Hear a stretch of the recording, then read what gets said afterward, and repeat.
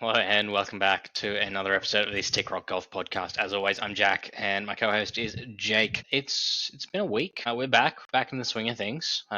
Finally on the recording train again, weekly that is. Yeah. I mean, we had a couple of issues with uploads. Yeah, for those that actually care, we did record that episode last week. We did record an episode before it, and neither of them actually wanted to upload. So that was what it was. But it is now at least finally there live. now. Last week's episode is now live and playing, and hopefully this one will go out with less hesitation than last week's took. We're crossing our fingers.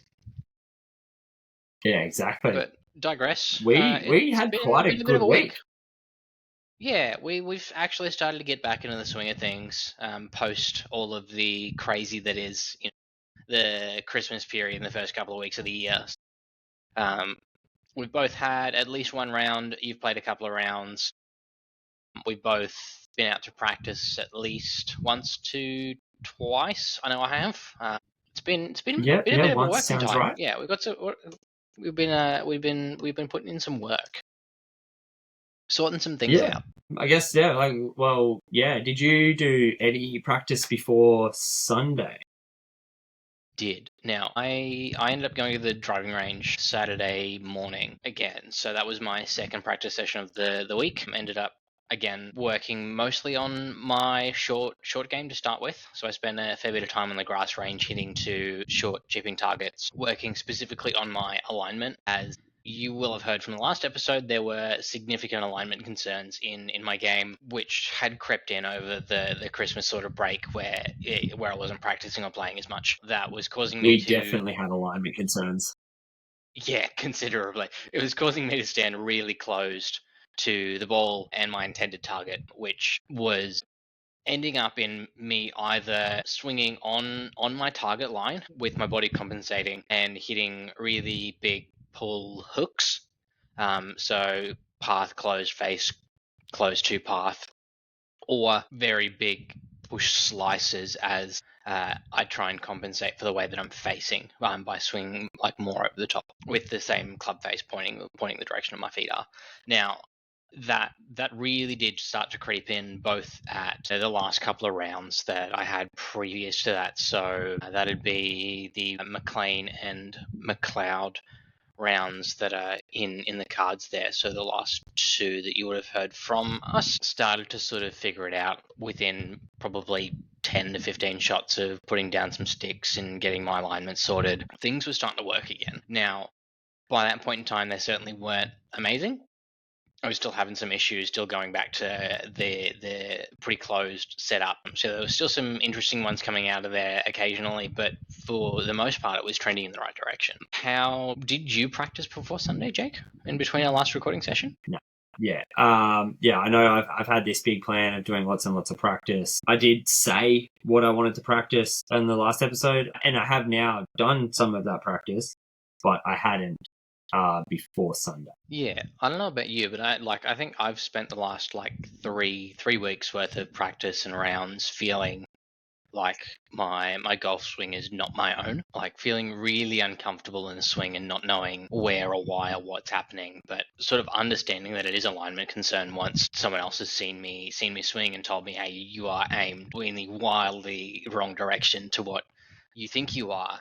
Which has helped because last night's practice session made that abundantly clear before you turned up. That is when I was just on the grass range practicing, synthetic turf practicing. The swing that I was significantly more my own, and I was feeling a lot more comfortable in the swing again, which was good because I was flushing most things at that point. Yeah. There's definitely when we played on Sunday, you still obviously had those alignment issues, and that was abundantly clear. Like I've been struggling a little bit as well with alignment. It's not something that I've worked on too much. Like it hasn't actually taken too much for me to get back because I only just finished working on alignment. But like you would have seen, but you may as well say it now. Yeah, we practiced together last night. You would have seen as much as I'm lining up away from the target, it's mainly only with big stick because big stick's not doing big stick things.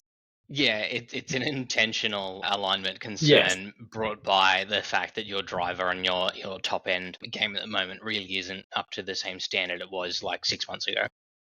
Yeah, and like that'll come back. First step is, hey, I had to get myself aligned properly. We've been working on getting my grip back. We've been working on getting my ball position into a good spot again. Once all that Similarly starts to with click, like the yeah, the conversation we had with the golf physio yes, osteo, where you are hypermobile and you've spent yes, the last couple of months trying to become less mobile, which as a result has caused you to lose some of the mobility that you needed to be able to complete your swing correctly. exactly, yeah. So it's good in one hand, bad in the other hand. But it's going to come back around once we get everything sorted. We're in a playable position right now. Let's say, Yeah, like I and know what it's I'd going say to with do. yeah, well, I would 100% agree. You are absolutely in a playable position, particularly from like your 6 iron down. Like Oh your yeah, approach play and your wedges are dialed. It is just anything above a 6 iron and anything below a 60 is not good. yeah. Well, below 56, really. Yeah, Yeah, being the lowest when you carry. Yeah, anything. yeah, Yeah, yeah, so your flats, the lowest lofted clubs in your bag, all four of them are a problem currently. yeah. So yeah, that sort of brings us to like we've got a lot of data. We're starting to collect a lot of data now on the Arcos sensors. I've got Yeah, because you would have 318 had like shots. at least like three, almost 4 rounds in there on Arcos. Yeah, I do. I've got 4 rounds on there, so I've got 318 shots recorded on Arcos now. Now So I I only am just starting got to my get a good sensors on collection. Tuesday. Yes, yeah, So yeah, you've got a decent amount. I have zero data, so my first round using the sensors is going to be this weekend. yeah. Now, I think if we go to our Windaroo game from Sunday, where we played together with Chris, you have golf metrics data, I not do actually have golf metrics data as well. Yeah, so I've got all my strokes gained to golf metrics yes, instead of Arcos. However, it's very similar. yeah. Now, for some reason, we do have one very skewed result in mind. Yeah, your results for some reason were pretty. It is one in total that is skewing the results, and that is the fact that I apparently hit a 488-meter drive. Now that So, was actually like three strokes, three shots, but yeah, it was 3 shots to get there, and it has picked up all 3 shots, but for some reason it shows it as one when it goes to the strokes gained. So that's where we know something's not quite right there. Average distance with driver, 237.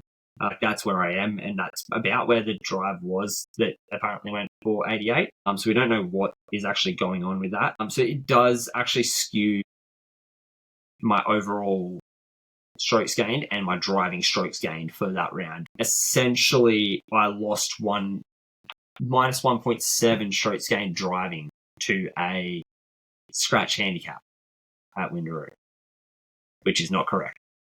no, it's not at all. No. Mine was a lot worse. I don't think I had a very, very good driving round at all. Like all of my data is to scratch. Let me just bring it up on my phone because the computer's not logging in. Yeah, so I've changed all mine to scratch now as well. So, however, it's not Yeah, correct so because, like, let's.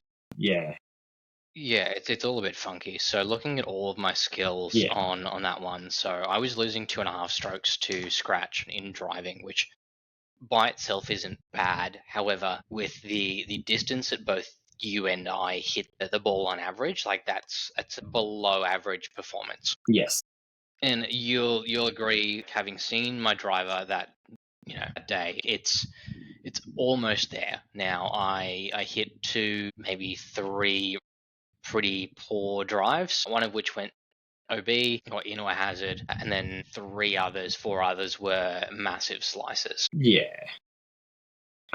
Which again that is like was that alignment concern starting to sneak back in inside the round. that was something you and me both had in common. I did play with 2 drivers and was somewhat, trying to see which one would work the best for me. Obviously this round's not going in on the handicap, but I did use 2 drivers and, played a few holes with this one, a few holes with that one. One of those drivers, I can tell you, did not hit anything other than an OB line. Yeah. Neighbours' backyards, mostly.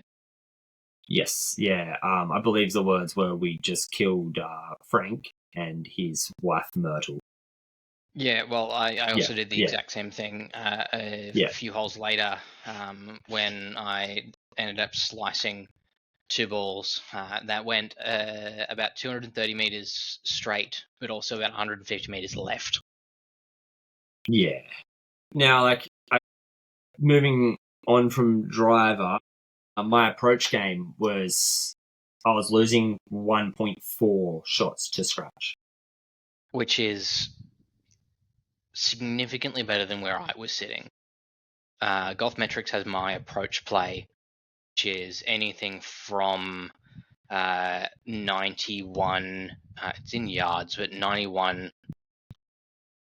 no, it'll be 91 meters up to 290 or 29 meters and out to losing 4.49 strokes, so just under 4.5 strokes, losing to scratch. Yeah. So now, this do you have is that as a breakdown by distance, or?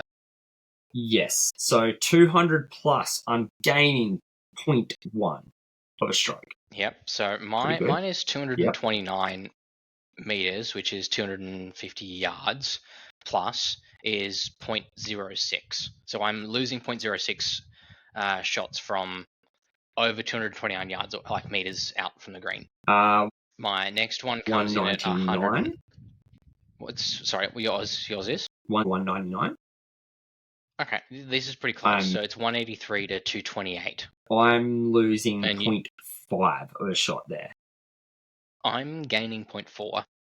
Then I do 150 to 174, which I'm losing 0.4. Yeah, 137 to 182, where I'm losing 1.8. Yeah. And then 125 to 149, I'm gaining 0.1. And then it's my 91 to 136, and I'm losing 2.4 strokes. So you can really see where both of our strengths start to lie, where I am effectively scratch from 183 meters and out from the green, but then I am losing a lot more strokes when inside 180 meters and even more when inside 140 meters. Yeah, so once I get inside that 150 meter mark, in total I'm gaining a stroke on scratch, which, hey, hate to be the bearer of bad news, but it's pretty accurate. Yeah, it's entirely accurate. Yeah. Having seen you play the last couple of weeks, it's very, very accurate as to what your current ability is. Yeah, if I have an approach shot, if I have a shot at the green within that 150 meters, it is on, and it is realistically I should be making birdie. It's good. Yeah, you're putting yourself 2-putt distance, easy 2-putt distance out from there. Yeah, yes, that's something that we'll talk about next, I guess. Yep. Moving talking to short about game. 2-putt distance. Yeah, I do have short game. There. Yes, yep. Yeah, short game. I've got short game first. Yeah. So my short game, the worst part of my game. This isn't too bad. So I'm gaining 0.1 of a shot on scratch. Yeah, here's the kicker, which separates us drastically in terms of skills, is that I'm losing 6.4 to scratch. Wow. This is by far the worst part of my game. Is my short game. Do you have a breakdown on that? I do. So I have 4 different distances. I've got 2. I've got 0 to 17 meters, losing 1. So I've got 0 to 25. I'm losing 0.1. Yep. My next one is 18 to 54 meters. I've got 20 to 45. I'm gaining 0.1. I'm losing 1.3. And then 55 to 91. Yeah, I don't have that. I'm losing 1.1. I think that's included in your approach. Actually, I do. That's in my approach, and I'm gaining 0.9 in that. Yeah, and then the other stat that I have is sand, and that's anything from 1 meter to 91 meters in the sand. And I'm losing 2.8, but that's very obvious when you look at how I hit out of the bunkers at Windaroo. Like the first bunker that I was in on the second hole. I'm gaining 0.1 out of the sand. Which is where I was at McLeod. The one bunker that I was in, or the two bunkers that I was in, I was able to get out really, really well.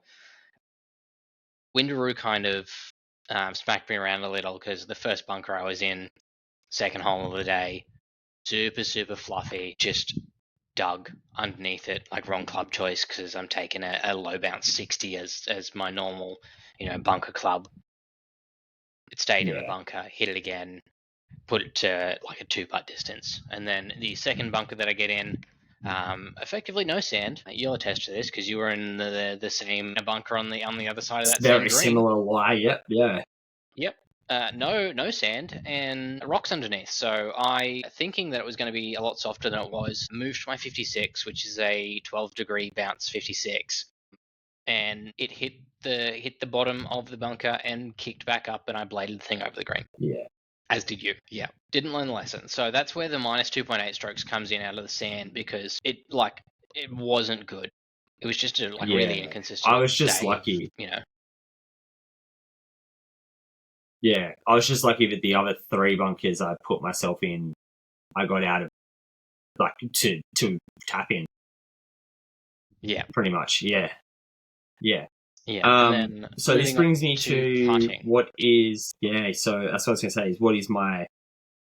So hey, we're driving the ball, okay, we're putting it somewhat in play. Where approach shots are great, like we're playing, to a scratch handicap on approach.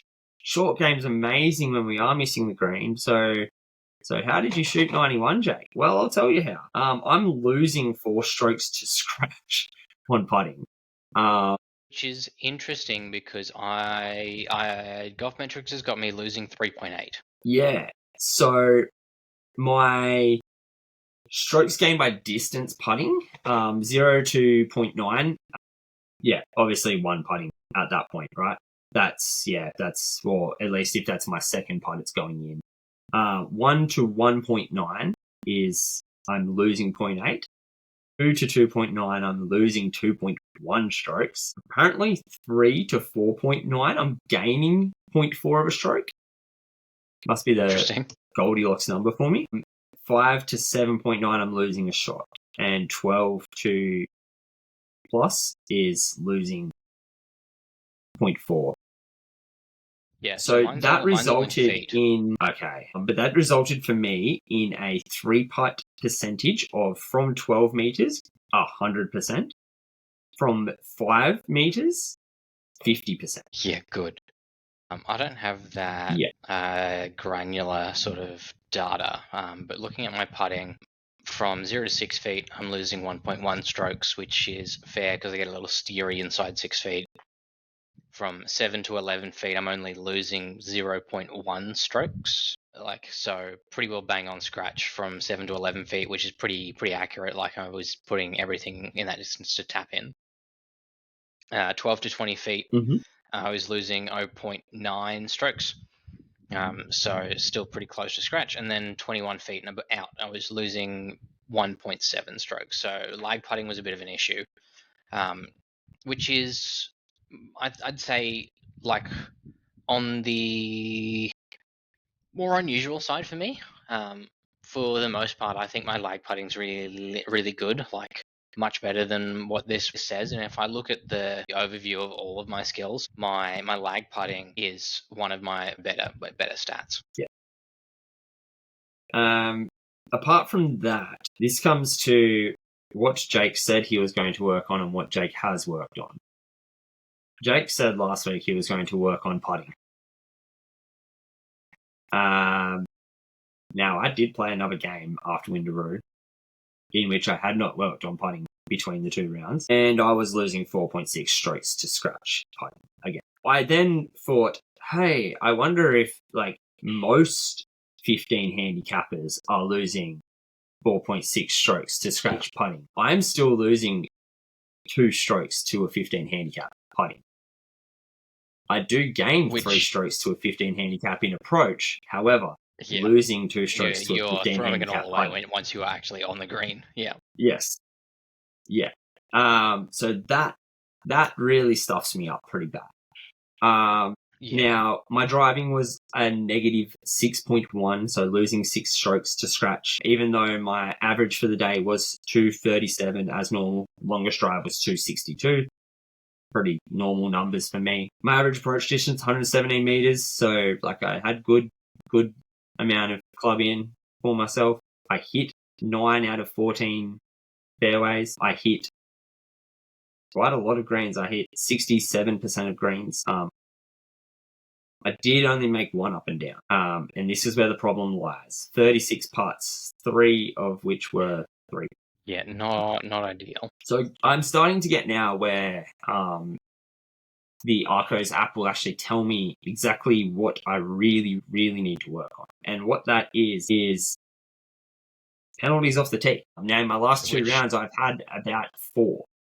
No figures. Yeah, it is your long stuff and your tee shots that are really killing you. And it is entirely evident, like, with how you're having to aim to even have a chance of putting a ball on a fairway off the tee. It is really hampering your distance, so you're losing strokes on distance, and then B, your accuracy, because again you are like one slightly miscalculation or a slight alignment issue off the tee, and it's either straight pull left or it's really big slice. Yes. Now, the next thing that I need to work on, which actually it says is my number 1, is my putting inside 20 meters. So everything.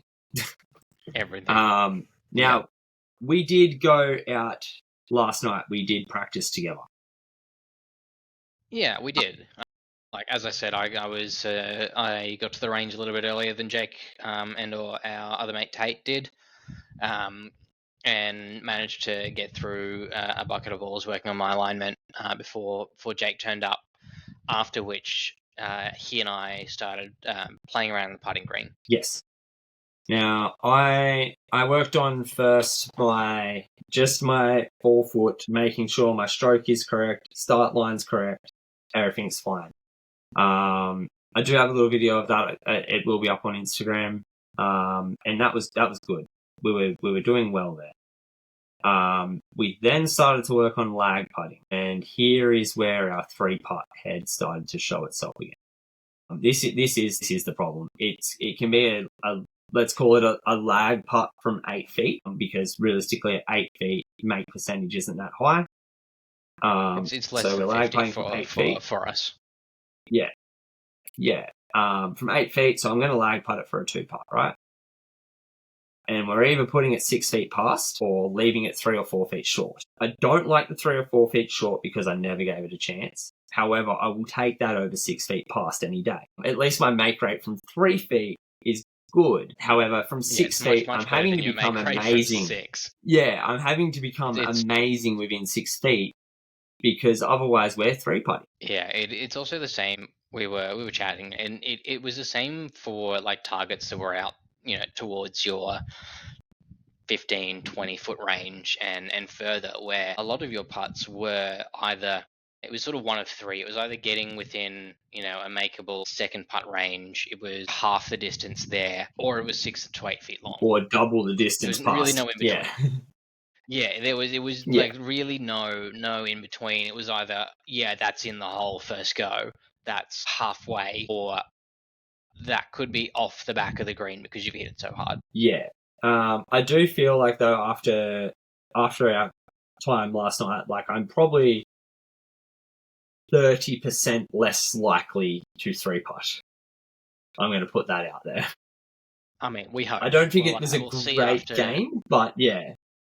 No. Yeah. We'll see after this weekend, though, how that goes together, and whether or not you get out to do a bit more putting practice this week, which you absolutely should.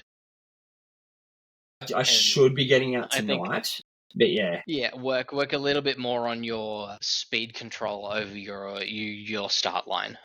Having, spent so much time in the last couple of months working specifically on start line, being able to read greens because you can't, that you've sort of lost your touch in terms of speed. Yeah, which was definitely been evident lately, and like that's definitely the next few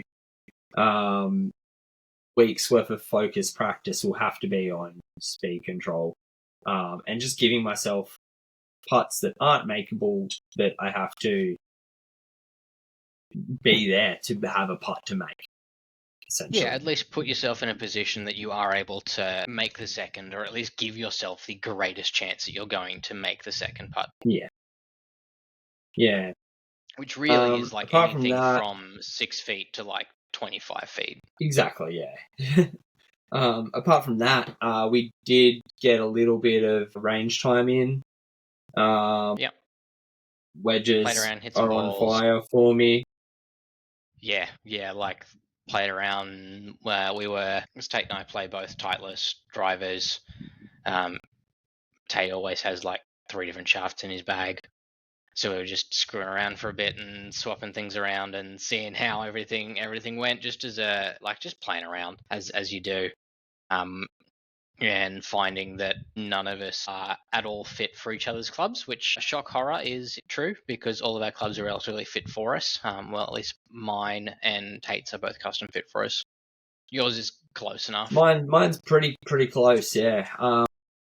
Which was very evident when I hit Tate's driver, and to be fair, it was like 270 total, but it was 5 feet off the ground the entire way. Yeah. Carried 200, rolled out 70. Yeah. Yeah. He is playing a low launch, low spin shaft with then like a 7.25 degree head. Yes, yeah. Whereas which I'm recommended to be in a 10 or 11 degree head. So yeah. Which is then, I took his shaft because he plays the same Tensei 1K black that I do, because he's got a GT3, I have a TSR3. He plays a 65 gram X Flex at standard 45.5 inch length, while I'm playing a 75 Tour Stiff, so TX Flex, Tensei 1K at 47 inches. So swapping to Tate's shaft for a couple of shots there. Similar sort of situation where it's just too light and too whippy for me, in that I lose it at the top a lot worse than I do with my normal shaft, and so it's just not the same launch characteristics that I'm looking for. It jumps a lot higher, comes out a lot spinnier. Did work for a really great driver off the deck shaft though. Where I'm not intentionally trying to hit, up on it. I am trying to hit a little bit down, control the swing a little bit more. I was getting some very good shots out of a club that I know I should never have or never fit into the bag. Yeah.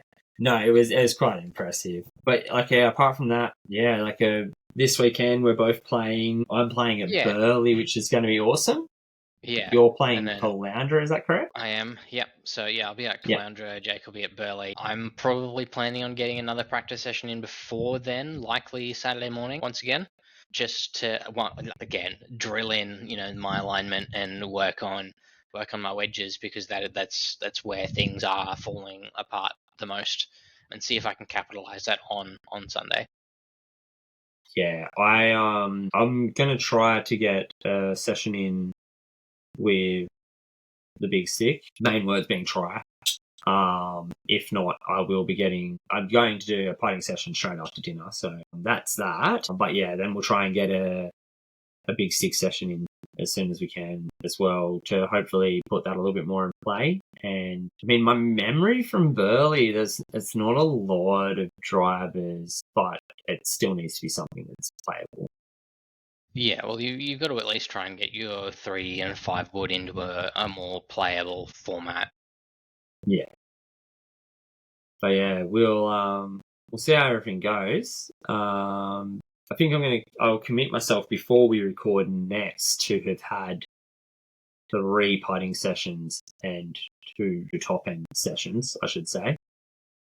Do you want to make any commitments? Well, depending on when we record next week, I'll either have just the Saturday practice session from this week, or I will have had a second practice session some point next week, whether it's like a Tuesday or Thursday that I end up going. But yeah, I'm still going to do the exact same thing that I have been, and working specifically on short game putting, around the green chipping, and then alignment, just to try and drill everything in as much as I physically can in the next 4 to 5 weeks, to try and bring that handicap down as much as possible. Yes. Speaking of, though, I have had an update to my handicap. So I've had some rounds that have finally gone into my GA that have updated some things. I have now come down to a 14.8. Now, my you and I handicap, have traded places. Yeah. Now, a bit of an unfortunate situation on your behalf, but you should be down where I am anyway. Oh, no. That unfortunate has been rectified. I'm now at 15, but we have just traded places. Yes, we have just traded places. So yeah, you were at 14.8. I was at 15. I've now come down to 14.8, and you've come back up to 15. Now, my low GA at the moment is a 14.7. That is due to the fact that after the Caboolture round, the round that went in post that took a while to go in, was my one teamer round, where I shot another 86, which dropped me from 15 to 47. I then, as of the Windaroo round that just went in, knocked off an 18.1 from my differential from BOR from a while ago, and replaced it with what would have been like an 18.2. Or around about that. So I've knocked off a one decent round and replaced it with something close, but not quite there. So I've gone from 15 down to 14.7, back up to 14.8. Successfully completed the goal that I had at the start of the year, which was to get down to a 14.9 by August, and I've done it by February, effectively. Yeah, so it would have been by the 19th of January, so effectively 2 weeks. Now, we did say that we've given that we did move so quickly, we have had to change our priorities, and we are both chasing that 12.9. Yeah, like I think for me, it kind of comes under the idea of that if I can get to a 12.9 before the New South Wales mid-amateur, I may as well have a crack at it. We did say it's not really worthwhile trying to, because it seemed so far away, right? Like we were 17, 18 at talking 3 months ago. It was a difference between, we've got to lose 4 to 6 strokes off the handicap to even get anywhere close. But now it's getting to the point where it is looking like it's achievable. Yeah, it's 2 strokes. We're both at sort of that 14.9. We just need to get it to a 12.9. It's like two decent rounds in the low 80s is all it will take to get us there. Genuinely. Exactly, yeah. And so it's a possibility for me to play that round. Yeah. We've both got it in us. We've both got, 2, maybe 3, 12 or 11 or 10 handicap rounds within our wheelhouse within the next 3 months, 4 months, for sure. Yeah. I know that. So the entries for me, the cutoff date is essentially by March because that's when the entries open for it. I can't remember the date in March. But I would still like to get down to it. But like the cutoff date that I require is sometime around March. Which is pushing it a little. Now I'm unsure when the cutoff date, the end of that is, and once the application's open, we'll sort of find out when that actually is, and that might give us a better understanding of what your timeline actually will be to get down to that 12.9. Because all you have to do is be at 12.9 at the point of registration. 12.4 at the point of registration. Yeah. At the point of registration, I got to be at it, which is it's doable. But again, like I said, we just got to do it. I would love to play it. If I can get the handicap there, we're going to play it. We will have Chris on the bag. It'll be a lot of fun. But yeah, we just got to play some good rounds. Got to get the reps in. Get your top end under control. Get my both of our alignment under control. Get your putting under control. Get my wedges and short game under control. Like, it isn't much that it needs to be tightened by. Like, really. No. It is for the most of us, we're well, between the two of us, I think we're averaging, I would say, 89 strokes around at the moment.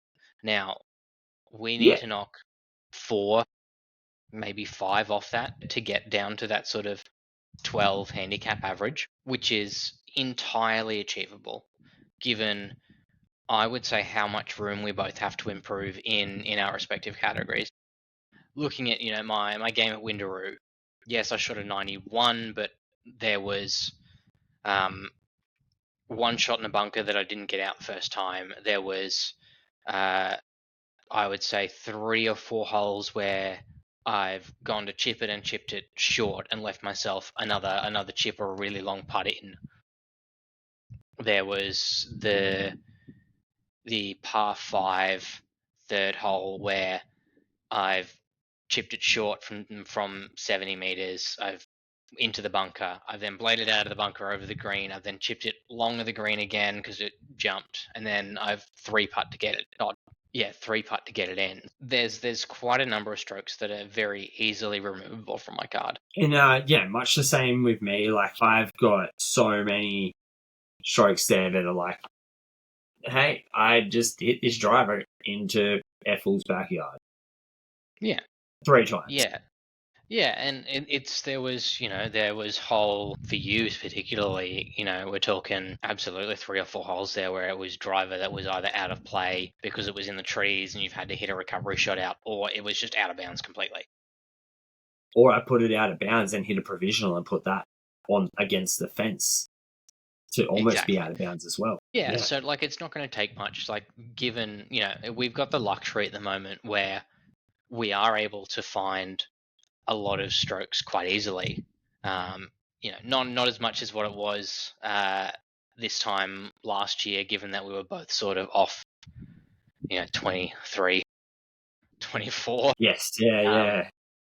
So nowhere near as much as what it was then, but still a fair amount of shots that we could quite easily save. Yeah. Just on that, while we're looking at the mid-am stuff as well. So entries open 5th of March, and I'll have till the 11th of March to enter. Somewhere in that 2 months, I have to be under a 12.4, and then we can enter. So we've got until we call it the 5th of May.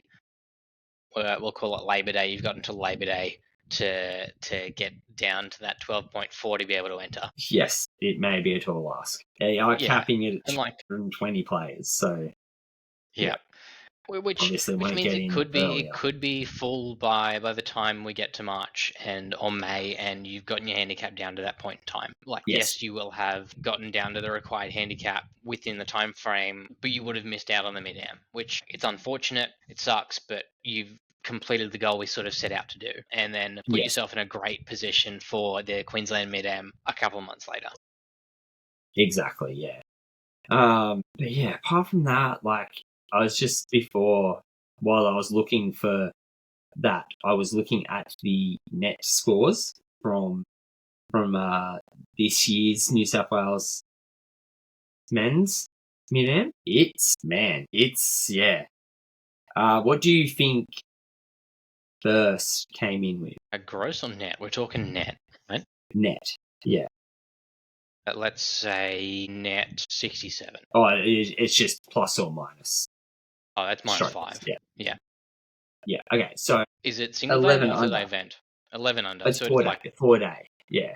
okay, yeah. So that's honestly that's not bad. That's still like three under a day, 3 under Yes. handicap a day, which it's impressive. That's an impressive round over like 4 days to string that together. Now, what if I told you that was gross 8 under? Really? Yeah. That is a like scratch handicap that's gone around and done that. A 1 handicap that's gone around and yeah, Actually, that is a yeah. 1 handicap player. If they have shot 8 under gross for a 11 under net, yeah, that is a single figure 1 handicap player. So second place was 7 under, and then net 8 under. Yeah, okay. So again, like scratch. Yeah, so it's a lot of scratch players close to the top. Yeah. Which is like unsurprising. Like you sort of Yes, yeah. expect a scratch player to go around and shoot, you know, depending on the course, anywhere between 3 under and 3 over, like every single time they go out. Yeah. Maybe a little bit more than that over, but still. Yeah, I kind of start to look. So is this to gross? Where's the first 12 handicap? Yeah, well, the cut's drawn at 85 players, so 34 over. So what was the cut line? The cut line was 19 over after 2 days. Do you have scores there from who the last person that made the cut after 2 days, or the first person to miss the cut? Because that'll give us an indication of like what handicap that sort of is. It doesn't give us. So they were 19 over. Gross. And was that gross or net? The gross. Gross, yeah. Net, they were first person to miss the cut because the DNF's coming before. It doesn't actually give us the option of seeing. Yeah, it doesn't actually give us the option of seeing that. The first person that missed the cut was a 3 handicap. Yeah, right. So there's still some good golfers around that point in time, but yeah, that's a rough time. Yeah. 19 over on a 3 handicap over 2 days. Not outside of the realms of possibility. Like that's only, the next person's 2.4. The person after that's 2.2. The next person 4.9. So like tough competition. 4.3 was the last person to make the cut. 1.9. I mean, it's probably harder. Oh, there's a plus 1 there. Yeah, good. 3.3. I'm going to assume it's a lot harder for the single figure handicappers to make the cut. But yeah. Well, with all that said and done, it's a possibility that we can make ourselves get there. Well, I can make myself get there. You're not quite old enough, but no, it's But also, I'm going to be able to play some really good golf. Yeah, I'm going to have to play some really, really good golf. Quite good golf that you have to pony up and play in the next 2 months. Oh yeah. So I think it's definitely achievable. Like again, if we think you've got until May 5th from now, a bit. Yeah. But I'm going to head out and go get some putting practice in. I'm probably not going to see you for a little while. Maybe during the week next week we might be able to catch up and do some more putting practice again. Yeah, like we did last night. Depending on where you're at and where you're working, but I think it'll be a good time. Yeah, same for me next week. So yeah, you've got a 4-iron of mine to repair. I pulled that out of my bag on the driving range and found that I had literally split it in half. Now, this is the first time I've ever seen the grip split this direction, but it was I play the Golf Pride C Plus was in a mid-size, and it had split in between where the rubber part is and the corded part is, right in the middle of the grip, which I've never seen before. So I've got another one there that Jake's going to blow on and blow off for me, get it on, and so I will be without a 4-iron for 2 weeks, or a week, but that's not really a problem for me. I can deal.